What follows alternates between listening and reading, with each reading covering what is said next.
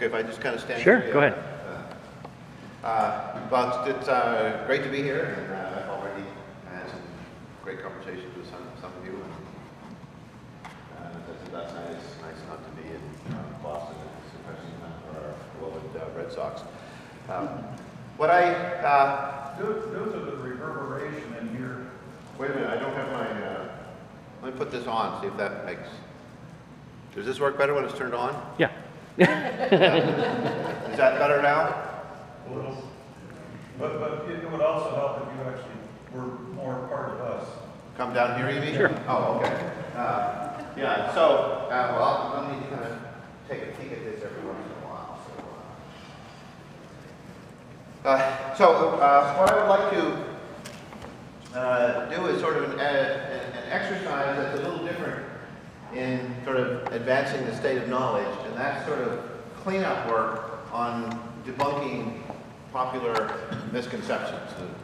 We most often think of learning as something that just steadily goes forward, but oftentimes we learn things that are completely wrong and then we don't unlearn them, and they interfere with clear thinking. So I want to talk a little bit about some of the things that are resident in our culture that lead us to the sort of knee-jerk assumption that science and religion are always going to be at war with each other, and that the natural way to approach a conversation like the one that we're having here today is to make the assumption that we have two implacably hostile foes, and they're at best going to tolerate each other, but certainly not get along. I'm interested in approaching this from the point of view of our cultural conversation. So this is the sort of ideas that you get as a lay person, get them off of television, newscasters, even in cartoons and so on. Here you have a billboard somewhere in the Midwest. I suspect The Big Bang Theory, You've Got to Be Kidding, signed by God. Here we've got a book by a prominent atheist, God, the Failed Hypothesis. If you read Vic Stinger in the Huffington Post, he's searching for endless ways to kind of show that you can't really take science seriously and believe in God. On popular shows like The Simpsons, we see them parodying the science and religion conversation, and I'll talk a little bit more about that in a minute.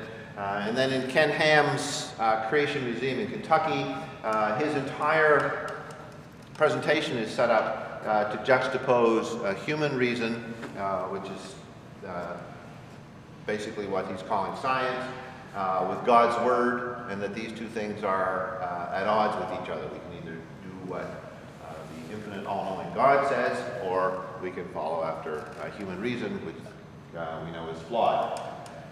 So these perceptions are just reinforced. That's kind of the point.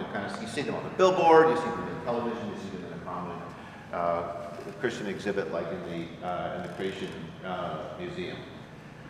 These are nurtured by powerful urban legends that just refuse to die. Stories about Galileo, stories about Inherit the Wind, the famous Scopes trial, and so on. Tennessee is in the news, having just passed another law very similar to the one that led to the Scopes trial. We see new atheists coming out constantly, stoking these fires, keeping this alive, invoking the same old images from the past, saying exactly the same thing about Galileo. This was said 50 years ago, this was said 100 years ago. And then in what's a very dangerous juxtaposition, biblical literalists, and that includes many, probably close to 75 to 100 million evangelicals, have this view that all of their thinking must come out of the Bible, or at the very least be completely compatible with the literal reading of the Scriptures. And this makes a very interesting and sinister synergy with what Richard Dawkins is saying. Richard Dawkins and Ken Ham are saying exactly the same thing. You must make a choice between these two different views.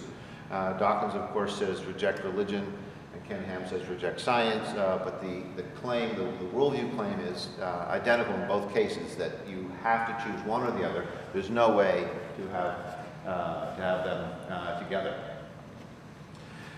So when these ideas sort of trickle into our pop culture, that means that they have become really embedded kind of in the way that we think about ourselves. The Simpsons is a very, very long-running program, some quarter century or so almost now, and it sort of successfully parodies all things American. And one of them is the science and religion conflict. And you can see there a certain image that was created for the program. I don't know if you can read those: Monkeys, Edelatus, Chimpus and Bacillus, Apius stupidus, Neander Slob, that's my favorite one, and then of course Homer sapien. Now in the episode that that image comes from, the two models approach to origins was being parodied. There's a scene in the public schools where the local pastor who's really just trying to get more people to come to his church by being a political campaigner and so on. He's fighting against evolution in the public schools, and so he gets a two models approach to origins video on the program. And there are many such videos. The Institute for Creation Research in California for years tried to get these two models videos into the public schools.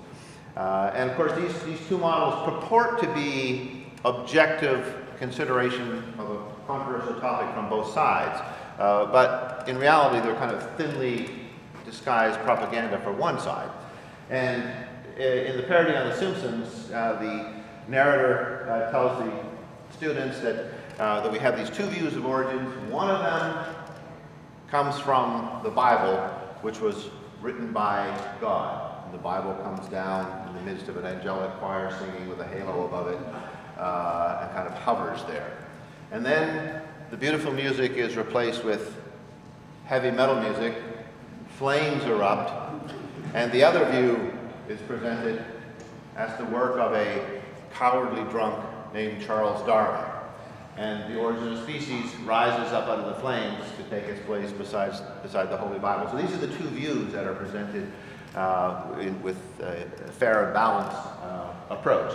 Now Lisa, of course, the skeptic, objects to this caricature of evolution and suggests that this is completely unfair to Darwin. He was a great scientist, he wasn't a cowardly drunk. And to which Bart says, well, if that's true, then why is he pictured here making out with Satan, right? So this is a connection drawn between Darwin and Satan. But this is actually a connection that has been made in many occasions. So this is not something that Simpsons invented. They're parodying and caricaturing ideas which are already in place. The whole episode begins with poor Ned Flanders in the Museum of Natural History, horrified to discover that there's nothing but evolution everywhere he looks. And then when he finally finds the biblical view of creation, he takes his children over to view that, and they go in, and in the meantime, in the background, the Doobie Brothers hit song, What a Fool Believes, is kind of playing quietly there. And the Genesis story of creation is caricatured as God's finger coming down out of heaven, a loud popping sound, and elephants, giraffes, people, trees, and so on pop into existence, right? So this is the picture that is being parodied there. Shortly after The Simpsons is a even more irreverent program with maybe less literary redeeming value called Family Guy. Very, very popular among young people. And in an episode of Family Guy, the lead character discovers that he has some kind of a mental problem, and he goes to the psychologist to be examined, and the psychologist tells him that yes, he is indeed retarded, and he places him on this chart here below average. But he's above the level of people whose brains have been destroyed by doing resin, and he's way above this category called creationists. Right? Now, this is kind of interesting because this is not an episode about creationism at all. There's nothing about science anywhere, and the doctor doesn't even make a reference to this lower category here. So you have to picture the screenwriters there who are sitting around. They're working on a script. Right? And they're trying to say, oh, what can we put at the bottom that would be really funny, just as one of those background jokes that you pass over quickly. And so in their minds, the stupidest group of people to parody in the culture would be creationists, and so they place them on the bottom of the chart. Now, those are the responses which are largely driven by secular considerations. But the same kind of parodying of the alternative viewpoints comes from the Christian community as well. Here's a cartoon that the intelligent design people like a lot. Shows the scientists drinking the Dar wine, and they've swallowed all of it. Here's a scientist giving a description of evolution that starts with hydrogen being a colorless, odorless gas, which given enough time turns into people. Now that's sort of roughly the narrative from the Big Bang to the Big Brain, but there's a lot left out, and it sounds kind of preposterous when you give only that sort of a headline there. And then of course there's poor Charles Darwin, who's been ridiculed ever since his theory was first published, often portrayed as the monkeys that he said we were related to. The clearest example, I think, of this warfare metaphor, and there's a lot of very explicit military language that's used here, comes from Ken Ham. He's very insistent that we are indeed in a war, and in this cartoon that he has used for many years and has updated periodically, he shows that there are two different worldviews here, one built on evolution, one built on creation, God's Word. Evolution has evil things like pornography and abortion and euthanasia as its fruit. The Christianity that is built on creation, and theologically really that should be the other way around, but Christianity has to fight against evolution over here. But you'll notice the way that he shows the war being fought. Right? There's a lot of devil in these details here. The evolutionists, and this would be your Dawkins and Vic Stinger and Daniel Dennett and so on, they are carefully shooting at the foundations here. So you can see they've got a focused approach to their assault. The Christians, on the other hand, not sure what they should be doing. This fellow up here, he's just sleeping.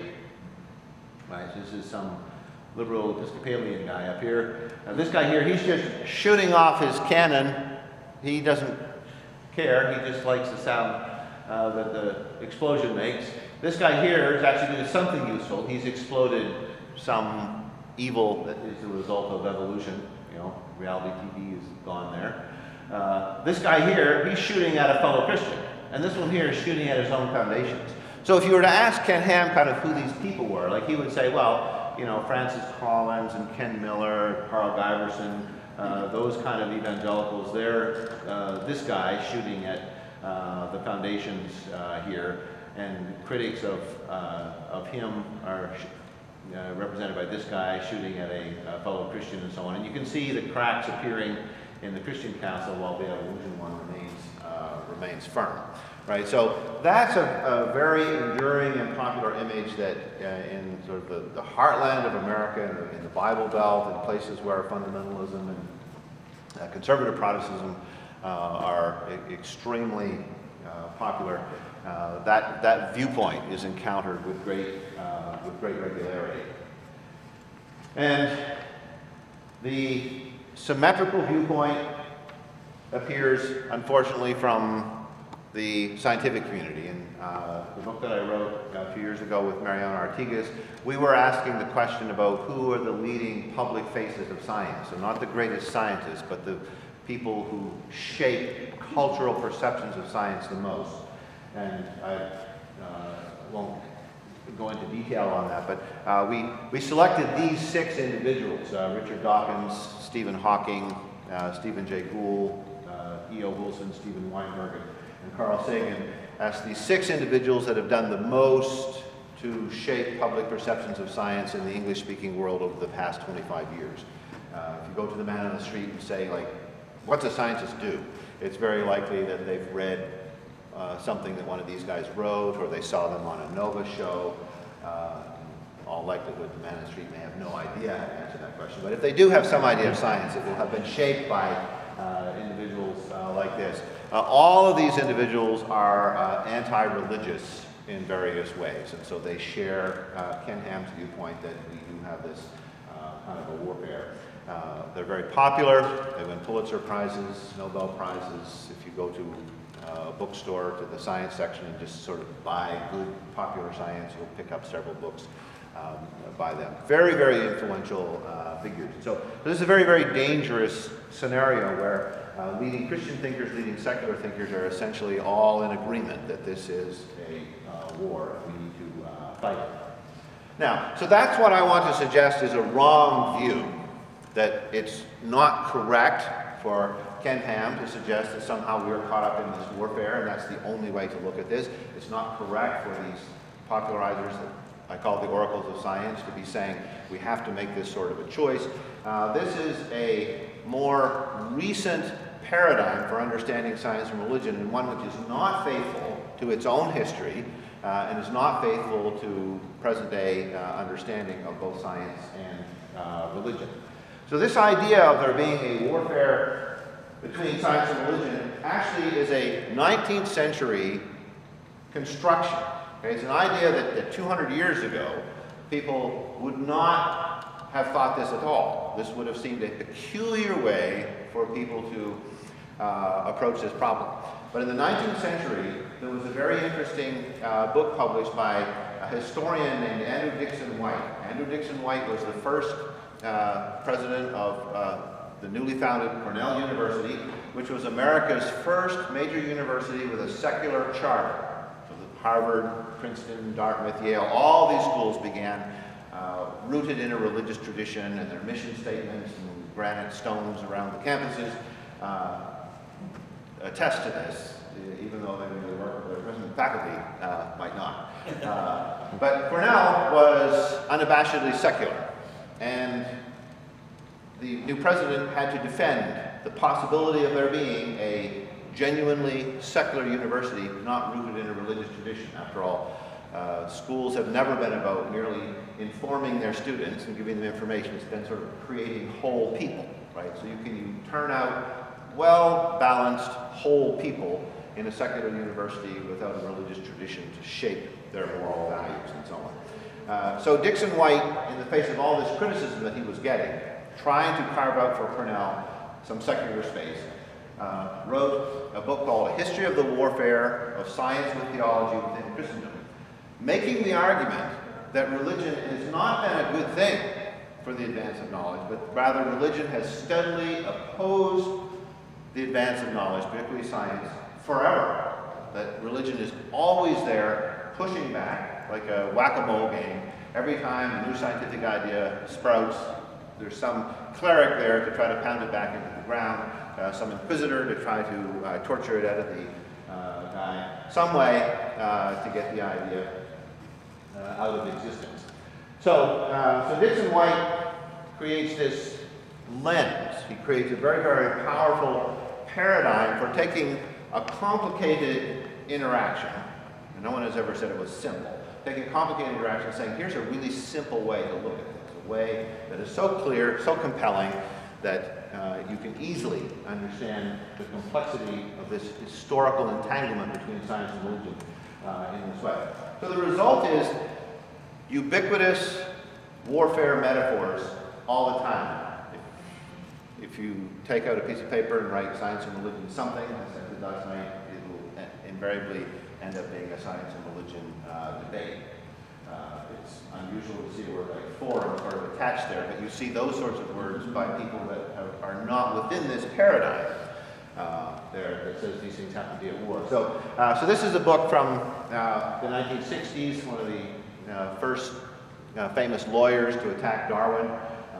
Darwin Retried by Norman Macbeth. This was Nova's show, Galileo's Battle for the Heavens.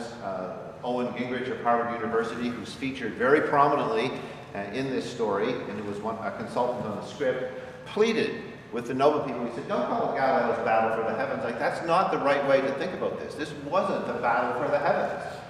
This is a caricature, and it's just going to feed this idea that science and religion are at war. But of course, that is more popular and kind of media friendly to talk about a battle. So you can see that no one lost and no competitors won.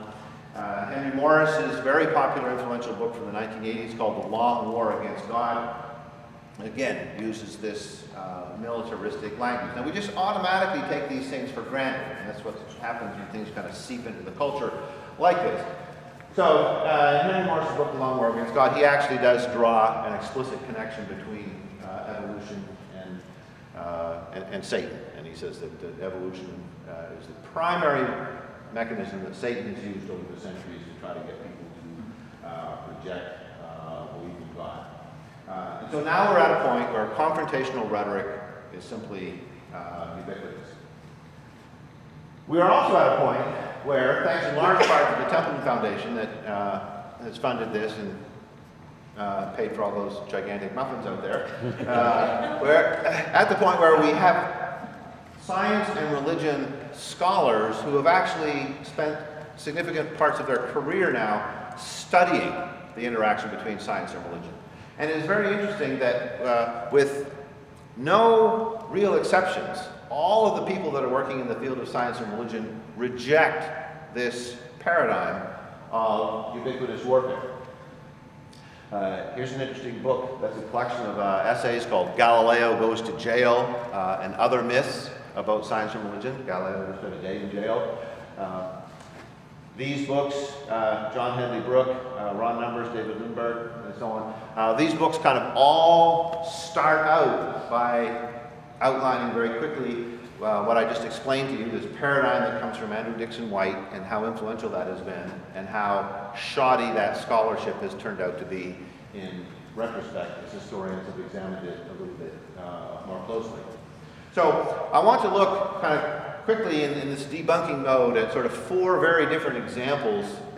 And I think perhaps in all four cases, but I'm sure that at least in one case for each of you, you'll find that, oh, wow, that's what I grew up believing. I'm surprised to discover that that isn't true. So I want to look at the relationship between Christianity and the supposed belief in a flat earth. I want to look at Galileo and the Inquisition, what happened in Rome in 1633 when he was on trial. Darwin's religious journey. Darwin's a very different character historically than most Christians think. And then the Scopes trial. And you can kind of see how, even though you might be aware of some of this in some ways, that the impression that you get from the way these ideas are used, invoked, and applied in our media are misleading and very inaccurate. Okay, so the first one, Christianity and the flat earth. Right, so here is a quote from a textbook published a couple of decades after Darwin's Origin of Species, and school children were reading about a conversation which took place in the 15th century as Columbus was getting ready to go on his great journey. You think the earth is round. Are you not aware that the Holy Fathers of the Church have condemned this belief? This theory of yours looks heretical, right? So the argument that's being summarized and presented here is that Columbus would like to go on this great and courageous voyage, the one that he ends up discovering America by accident, and he's being opposed by people who say that we know from our religious tradition and from our scriptures that the earth is flat and you will fall off the edge if you embark on this journey. Now this is not from a cartoon, this is not from a work of fiction, this is from a primary school text there. Now, the truth of the matter, and this is very, very interesting, the truth of the matter is that this conversation never took place. Nothing remotely like this conversation took place. In 1492, when Columbus was preparing to embark on his great voyage, we do not know one single person in Europe who thought that the earth was flat. Nobody. Right? There was no contingent of people that thought that the earth was flat. Nobody. Nobody had thought that the earth was flat for centuries in Europe. For centuries. So where does this come from? This comes from a work of fiction called The Life and Voyages of Christopher Columbus. The great American novelist Washington Irving wrote an adventure story for children, in which he took the story of Columbus, which is a grand adventure, and he embellished it. And he just made up all kinds of things and added them to the story so that it would be more interesting. And so he creates this argument taking place in 1492 as Columbus is getting ready to leave. Now, it was very memorable, and it kind of sounded right. People said, well, yeah, that sort of seems like that could be true.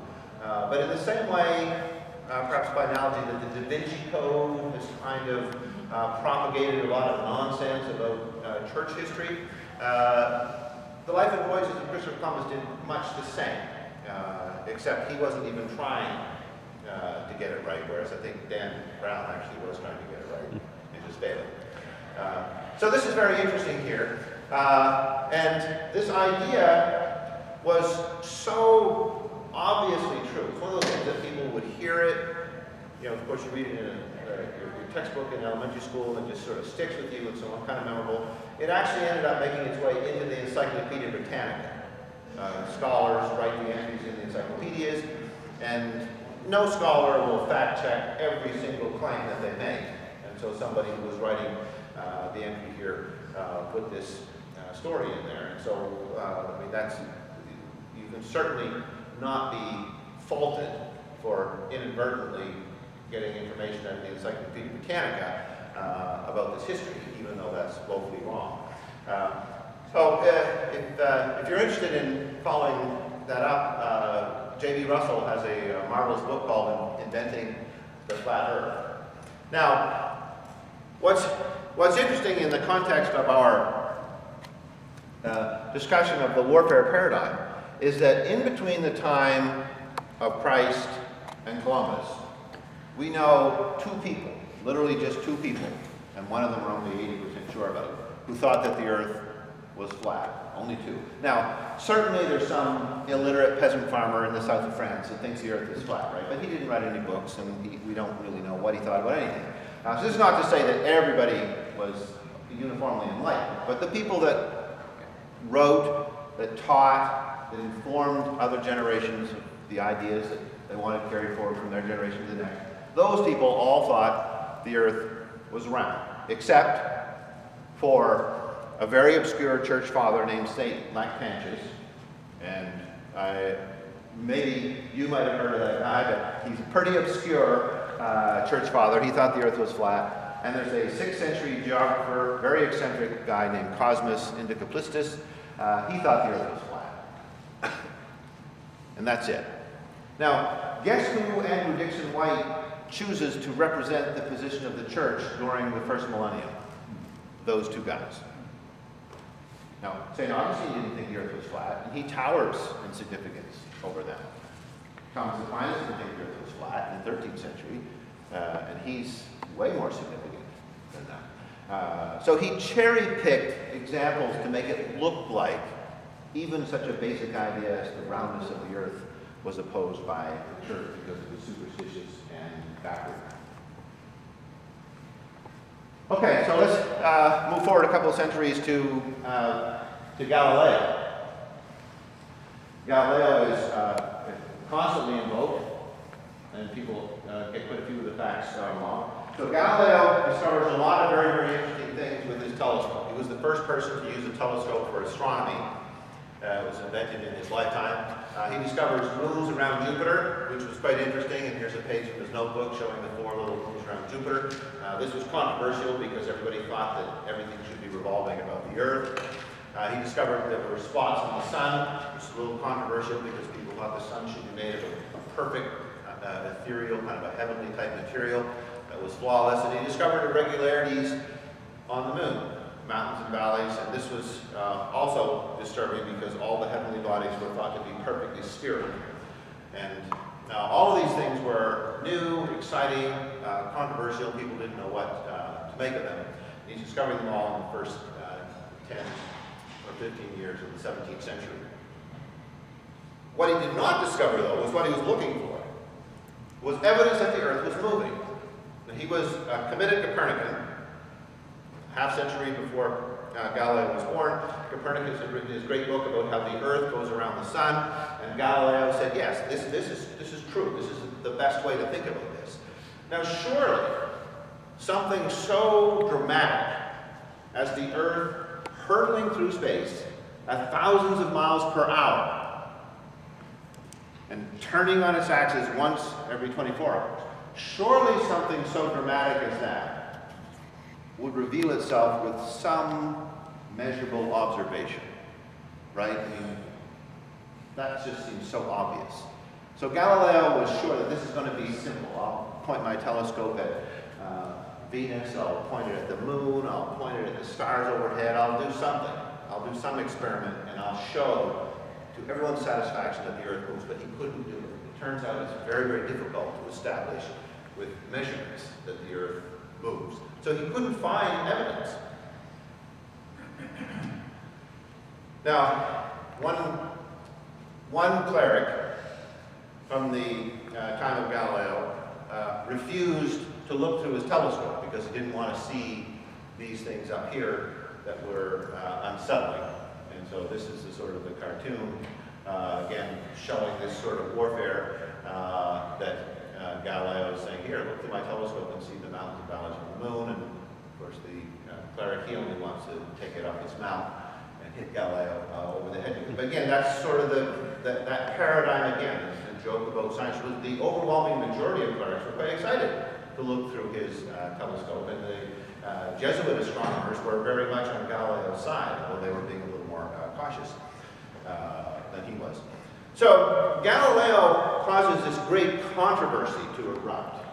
Okay, he pushes really hard on a controversial question at a difficult point in history. Okay, this is when the 30 Years of War is going on. Catholics and Protestants are killing each other. The Lutherans are taking over.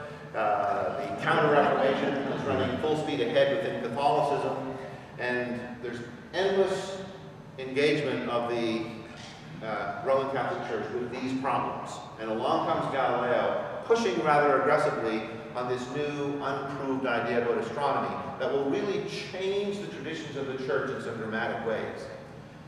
The response to Galileo was like, let's just kind of keep the conversation going, but let's not make too big a deal of it right now. But Galileo was a pushy, aggressive polemicist, and he was making a lot of trouble. He was a very highly placed figure, very influential, so when he would make pronouncements, people would comment on it. So in 1615, the church dispatches Robert Bellarmine, who was a cardinal. He worked with the Inquisition. His title was the Master of Controversial Questions. And he was the guy who had to decide whether this or that particular new idea was heretical or not. And if it was heretical, then the Inquisition had ways that they would sort of deal with that. But it started with Bellarmine making a theological assessment. So Bellarmine meets with Galileo and says the following to Galileo, which is quite remarkable and sheds a lot of light on the position of the Catholic Church. Bellarmine says this. He says, look, if this idea of Copernicus, that the earth is moving about the sun, if this idea is true, then we will go back and re-examine those scriptures that seem to suggest otherwise, and we will re-examine those pronouncements of the authorities in our tradition who say otherwise. But you have not provided any evidence that the earth moves about the sun. So in the absence of that evidence, we do not feel compelled to engage in this exercise of re-examining our tradition. Extremely reasonable position.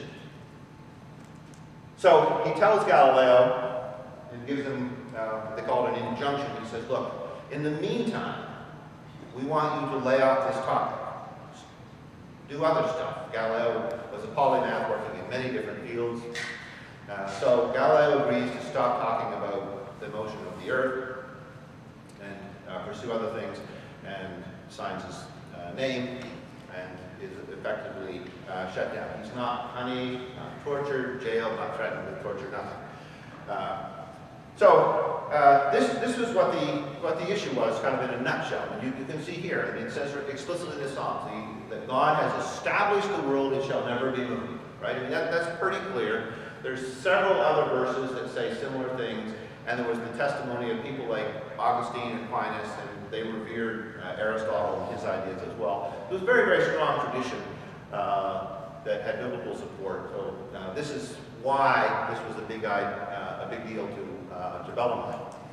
Well, all this changes in 1623 when Galileo's good friend Matteo Barberini becomes the Pope. Right? So this is sort of like a very controversial faculty member having his old college roommate become the president. Right? So now he can kind of be more open because he's safe. His roommate will look after him.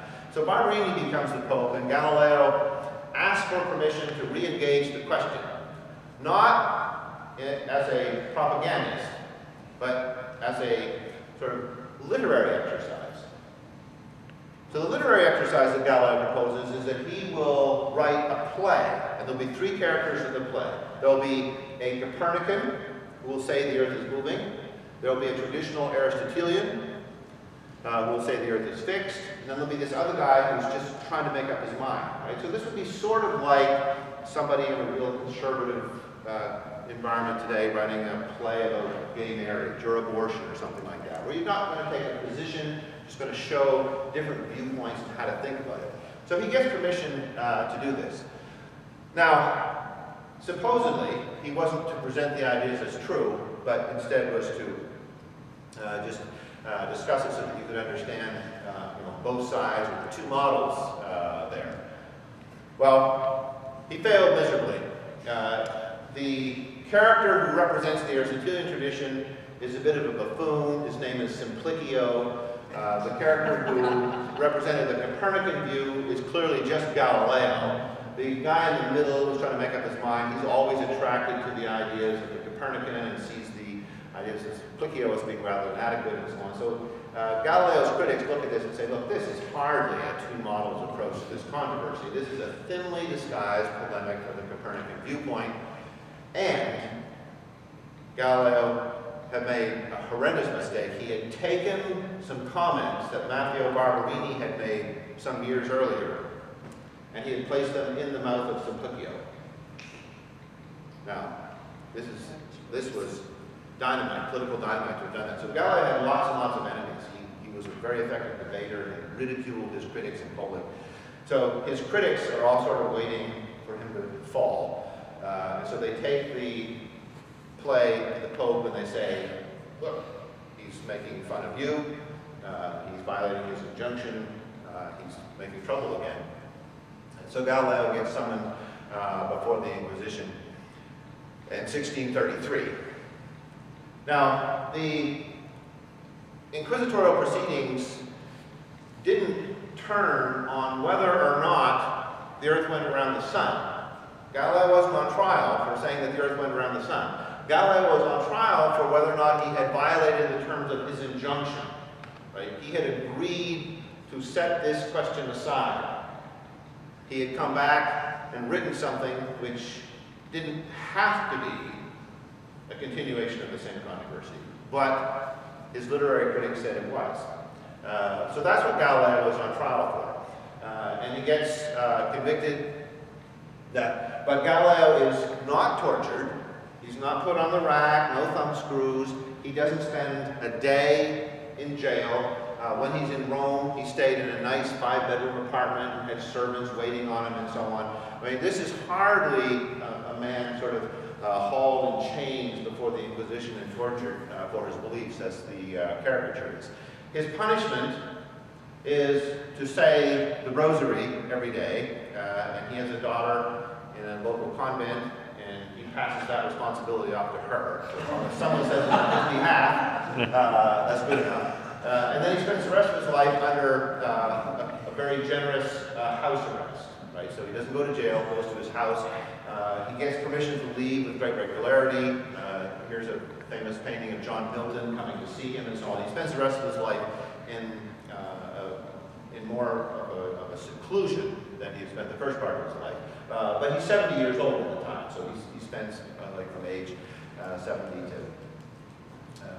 to 78 or something like that under house arrest. So that's his punishment.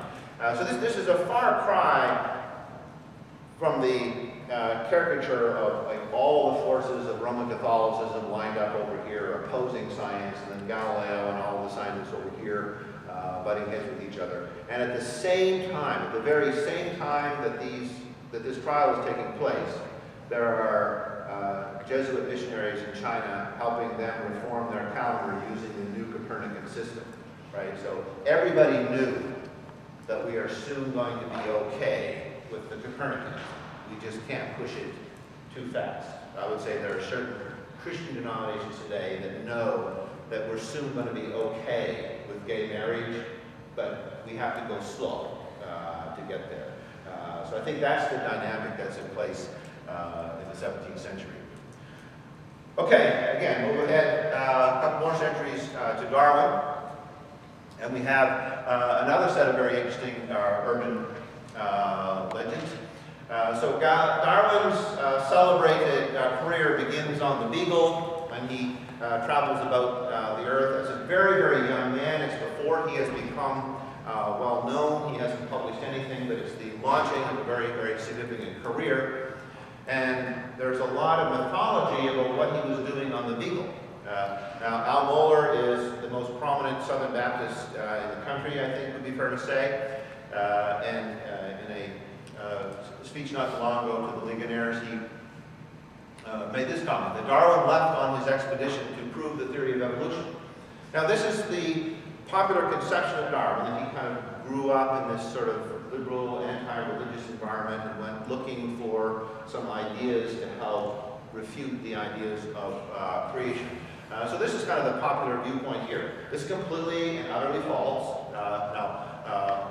Mohler has just sort of absorbed the urban legend again, so that's what's going on here. But in Darwin's words, Darwin says, at the time that I got on the Beagle, he said, I didn't doubt the literal truth of anything in the Bible.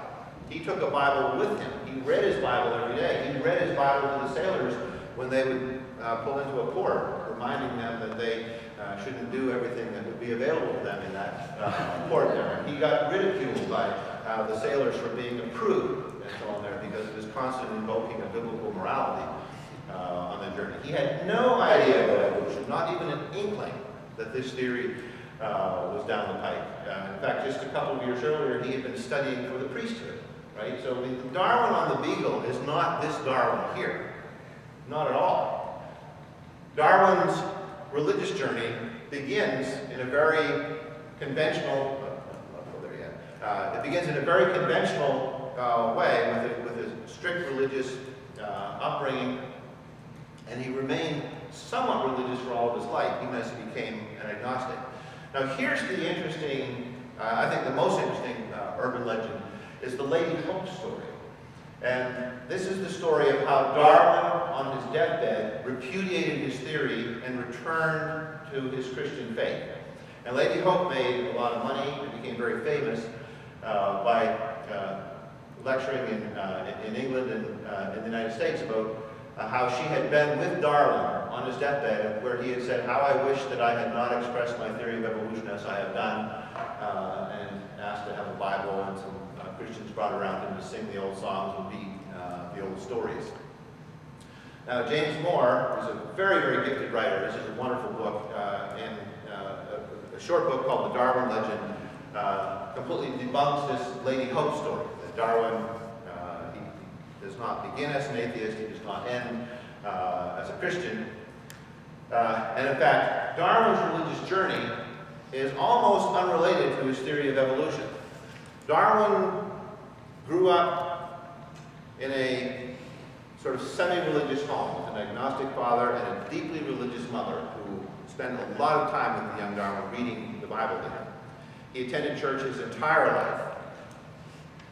Darwin lost his religious faith when his daughter Annie died. It had nothing to do with his theory. You know, his theory may have predisposed him and so on. But the event in his life that was most significant was the death of his favorite daughter, Annie, at age 10, who he loved very, very dearly, of a routine childhood illness. And Darwin just could not believe that the God of Christianity would allow such an innocent, sweet child to just die for no reason. So he could no longer practice his faith with the same sort of zeal.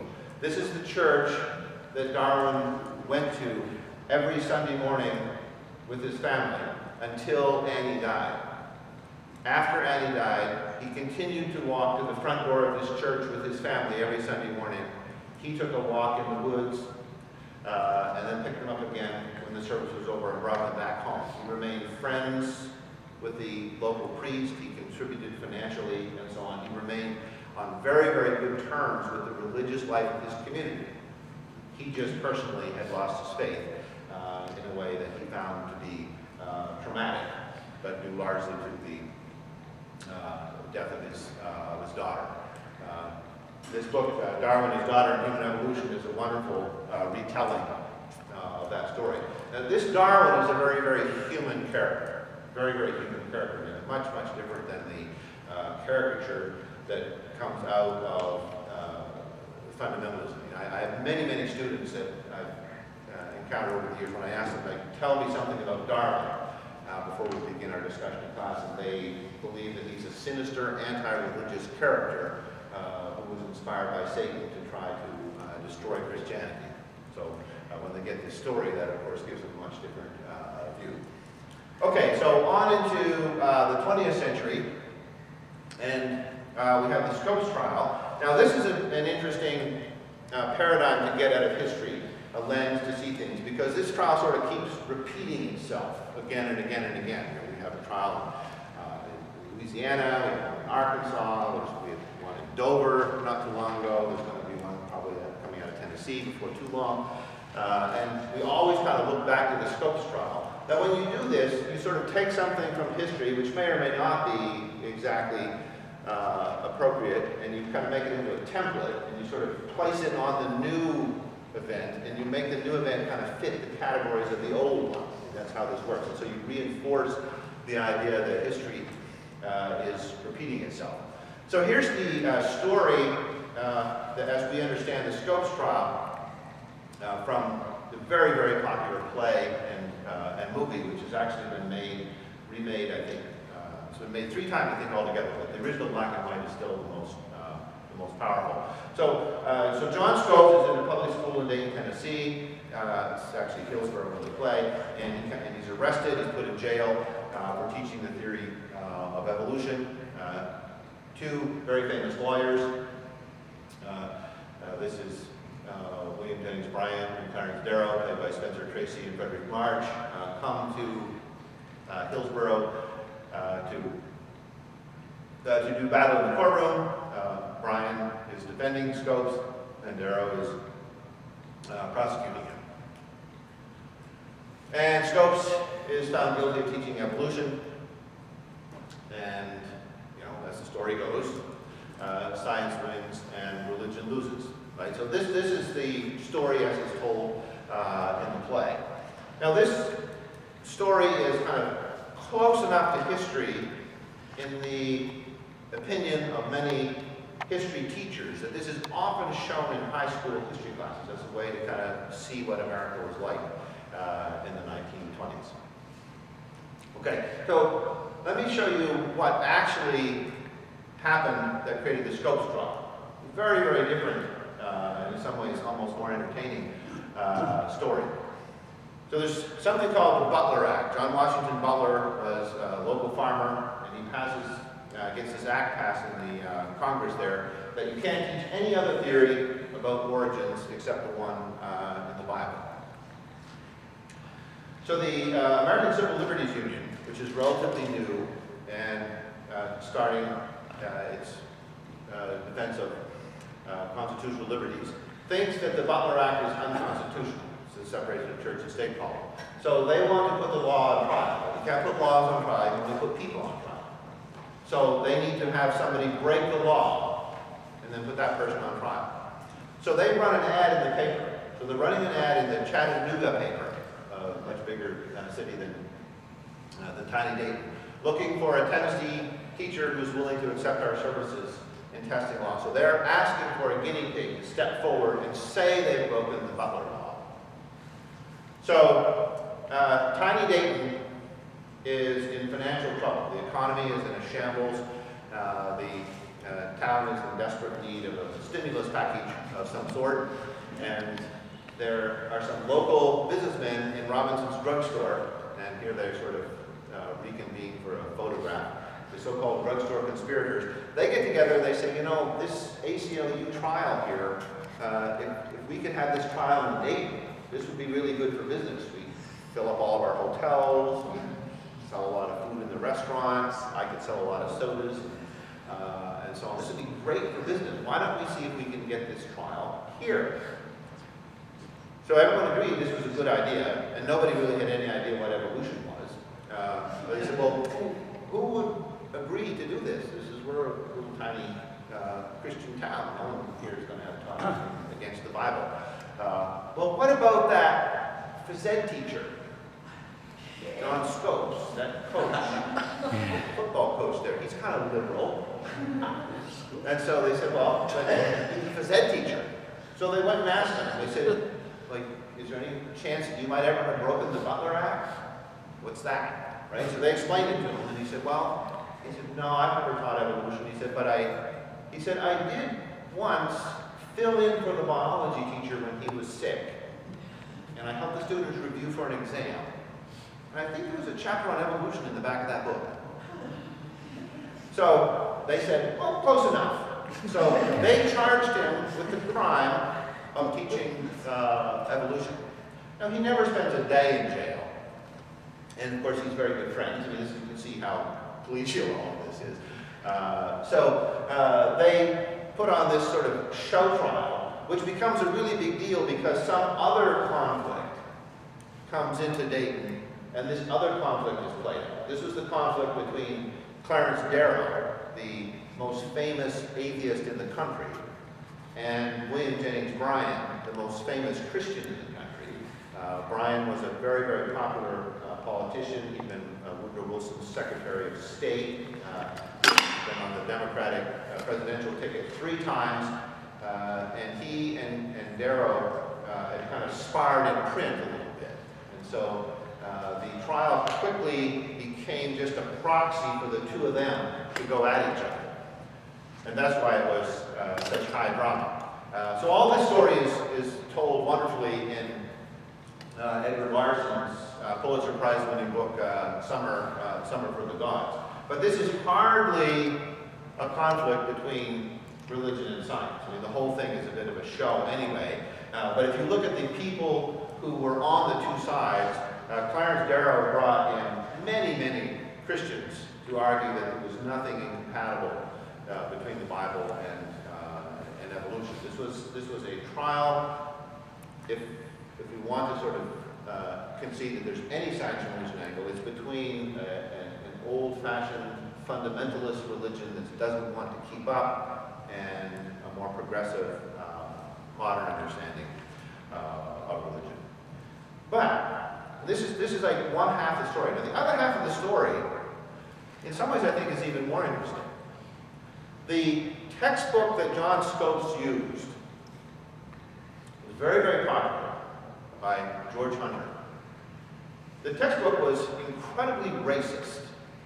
Evolution was understood in the most racist way in the 1920s. And we read in there, at the present time there exist upon the earth 5 races or varieties of man. The highest are the Caucasians, represented by the civilized white inhabitants of Europe and America.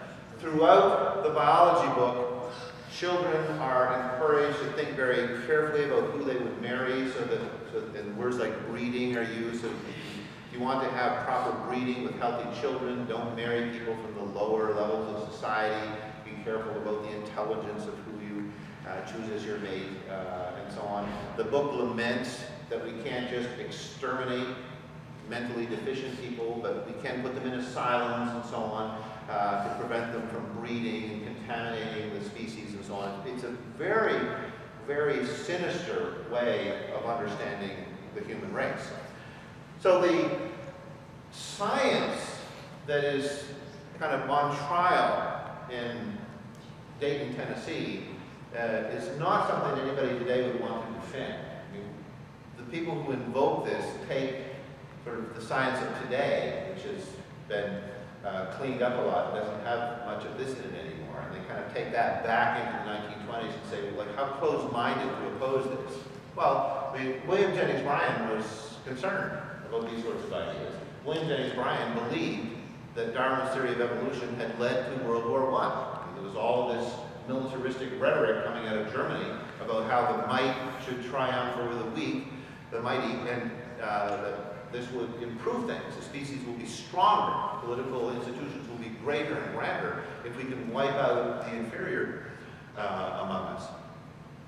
So not only was the textbook racist, but America and Europe, I mean, all of the sort of intellectual world that was under the sway of Darwin's new theory was captured with this idea of making our species better. This was a very, very popular idea, and we saw pictures like this where people would be ranked in terms of their functionality, from moron down to idiot, 3 grades of imbecile, and so on. There were laws passed in many, many states that allowed for the forcible sterilization of women who were perceived to be inferior in some way. So this was the eugenics exercise that everybody thought was wonderful at the time. We look at it and say, oh, this was sort of a Nazi aberration. No, this wasn't a Nazi aberration. This was almost universal.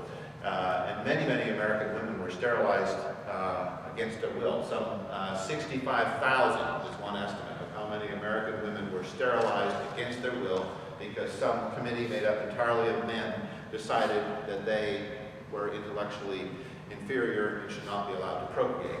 One of the women who was sterilized against her will was Carrie Buck. And Carrie Buck deserves her own sort of treatment on the big screen someday, so I hope somebody will write her story at some point. I'd like to see a big Hollywood, with some of the girl from the Hunger Games playing Carrie. So Carrie Buck's tragedy was that she was in an asylum. She was brought before Justice Oliver Wendell Holmes. A case was made that her mother and her children were imbeciles, and she was taken up to be sterilized, and Oliver Wendell Holmes said, 3 generations of imbeciles is enough. Let's stop the line here. Now, the true story of Carrie Buck is that there was nothing wrong with her intelligence. She has a grade school report card that shows that she was on the honor roll. She was a lower class woman who was working as a maid for a rich family, and she was raped by an extended relative, and she became pregnant. And to hide her pregnancy, the family had her declared mentally incompetent and put in an asylum. And this leads to her being sterilized so that she can't have any more children. Right? So this is the story of Carrie Buck. This, alas, is very much what was meant by evolution in the 1920s. And so you have to kind of go back into history. At the time of Galileo, you have to say, well, like, what did Copernicanism look like in 1630, when this is controversial? What did evolution look like in 1925, William Jennings Bryan is campaigning against it?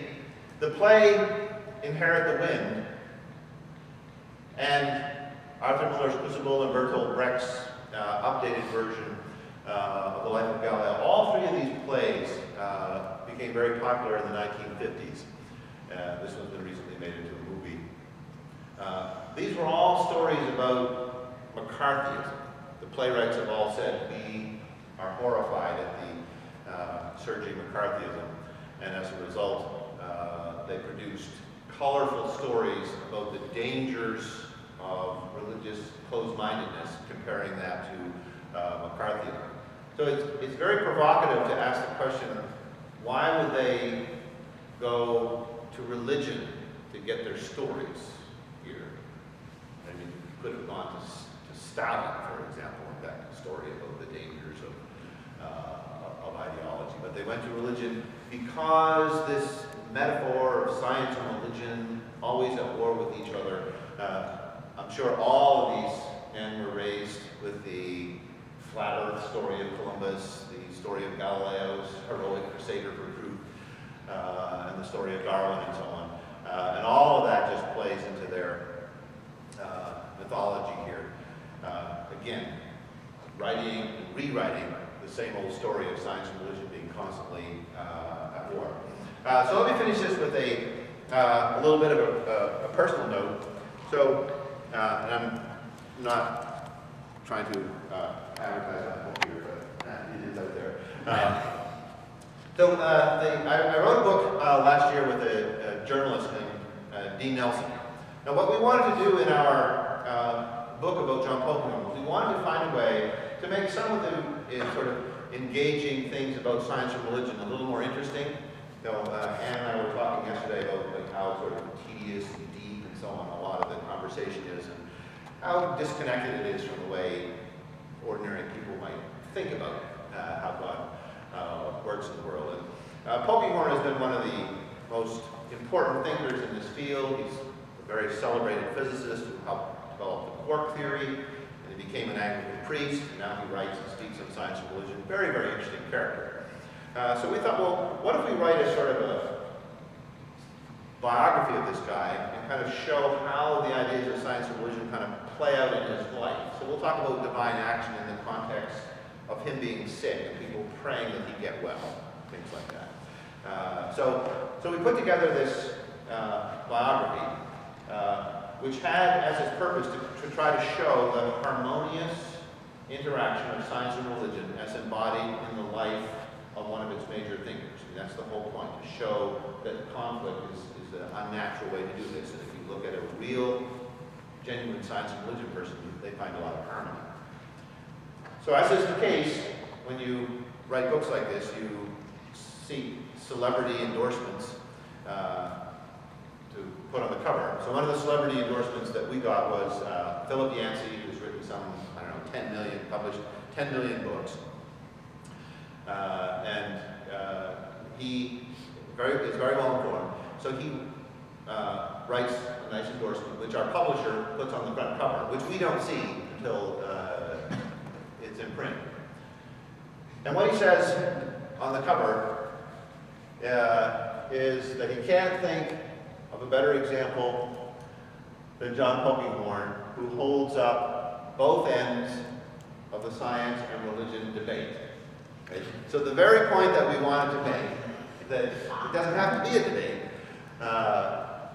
is lost on the very cover of our book. Yeah, there is no escaping from this constant metaphor. So anyway, if what I've done here today dislodges a little bit of these ideas from your heads, then that'll be a tiny step in the right direction.